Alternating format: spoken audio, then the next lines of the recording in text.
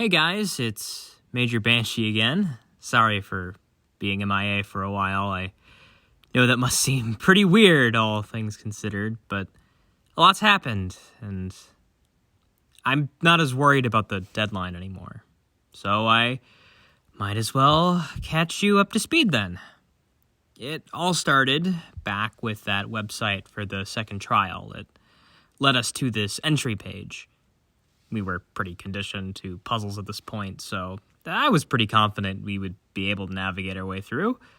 The first page I ran into was this little pictogram, and the next page locked behind a password. Compared to all of the posters, it was actually a little refreshing to not have to rely on guesswork for once. You got a share, a lock of hair, and a cluster of homes. Put it all together and you get Sherlock Holmes, which was the password.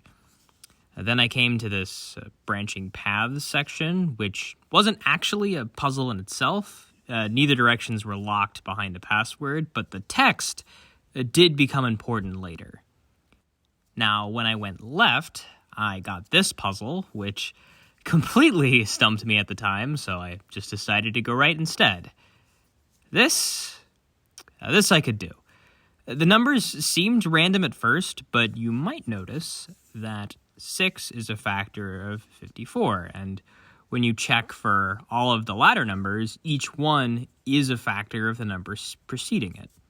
Specifically, 6 times 9 is 54, 54 times 8 equals 432, 432 times 7 equals 3024, 3024 times 6 equals 18,144, and 18,144 times 5 is equal to 90,720, which was the next password. My reward was this page, which didn't really do much for me. I was about 4 rooms in, and I was completely stumped. I do like designing puzzles when I can, but I am not the best at actually solving them. Lucky for me, though, I've got friends that are. Pretty much the entirety of the rest of the website was powered through by just one guy on our Discord server, so thank you, Jagers. It turns out the image itself on the page was named a password, which was sword, which gave him 2 more things. One was this image of Aurora Borealis, and the other was this message about looking at the S of the compass rose. After a couple of days, he figured out that the arrow image itself was actually a hint to count the number of letters in between each of the italicized ones on this page. And when you convert each number into its corresponding position in the alphabet, you get the word count. The next few parts weren't as bad. You have another what acts like hint pages with no passwords to fill in.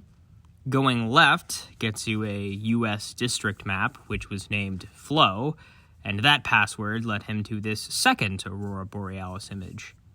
Going up instead brings us to this word puzzle. No real tricks to answer this one. It's just persimmon. But then on the next page, we get a rather familiar-looking color scheme as a hint room. To the right, there were numbers, and above there were states with another password.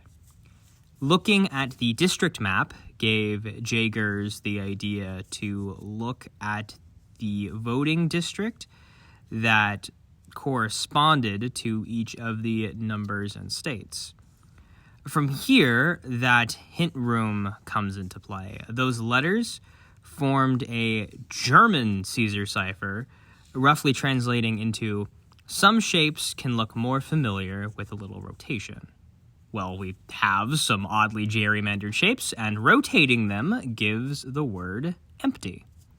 This led to the final room with the following message. The next steps were definitely less than obvious, considering there were no more pages left to explore. But going back to this hint room, Jagers found out that the letters were the end of a bit.ly link leading to this paste bin? Well, mapping out the dungeon makes a shape that could be seen as a compass rose. And what's at the south end? A hint line, conveniently letting us message the game masters. So if this is the lock, then what's the key? Well, the colored squares use the same RGB encoding system as that one poster we found, giving the phrase, "humans can't spot it." Jay Gers realized that if humans can't spot the difference, that perhaps maybe machines could. It turns out that certain pixels of the two Aurora Borealis images were very slightly different in color, and highlighting those pixels showed us password divinity. We sent in the password, and the rest was history. Second trial done. Just got to wait for the third one, right? Well, it turns out I could do a lot better than that. The German Caesar cipher and colored squares were ciphers for some of the posters we already solved. So then what about the posters we haven't solved? The band poster had highlighted letters which also formed a bit.ly link. This time it led to a paste bin with a fake error message, which was a Rote 47 cipher for the following message. Hate having to keep tabs on the host. Makes me feel like a stalker. All the worse knowing the paradigm is supposed to sink their tendrils in him. You think there's anything we can do to make them incompatible? S. After reading that, I had to offer Miner an apology for calling him paranoid. Though part of me is still glad we solved this one after I made him take a break. I think that would have broken him even more. The counting distance method also worked for the hydration poster. This gave us the message, I checked. Ballingen Institute Def has spyware on both of us. We'll have to stick to these methods for now. Don't think they'll take kindly to staff with moral concerns. That put things into a bit more perspective. That finally explains why we've been running around decoding poster puzzles, at least. But that also tells me that whoever had been leaving those messages also worked on the puzzles for this site. It's like they were trying to make sure that we actually ended up decoding all of them. And while I was thinking about that, it finally hit me. The hint line, it had 2 check marks on it.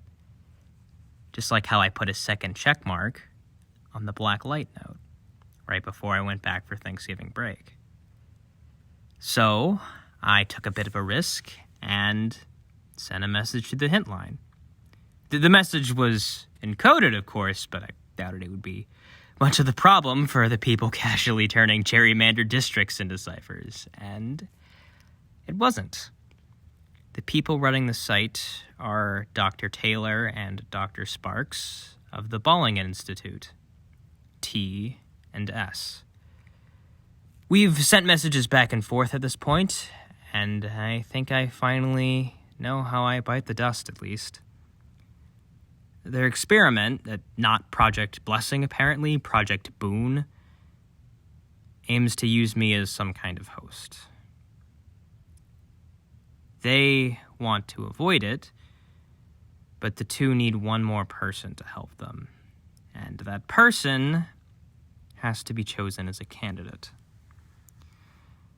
But that can't be me anymore. I was a little selfish and tried not to tell anyone about it, but recently Miner called me out on my BS. I don't know, I guess it's just easier for me to take stupid risks when I'm the only one at stake. I mean, the whole deal to begin with was that none of the people I took here would be in danger. We were just helping Miner look. But if we don't do anything, it's gonna be some other poor soul experimented on, and at least this way we can do something about it. This will likely be the last time I'm on here for a while. I did promise Miner that when New Year's came, he'd be the one in the driver's seat.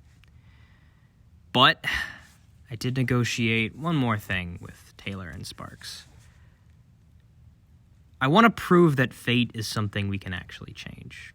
Yeah, it's kind of silly, but I asked them to do everything they can to delay the project until after New Year's.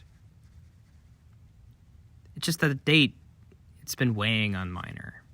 And if I can show him that we have made an effect by being here, I think he'll be able to fight with a clear head.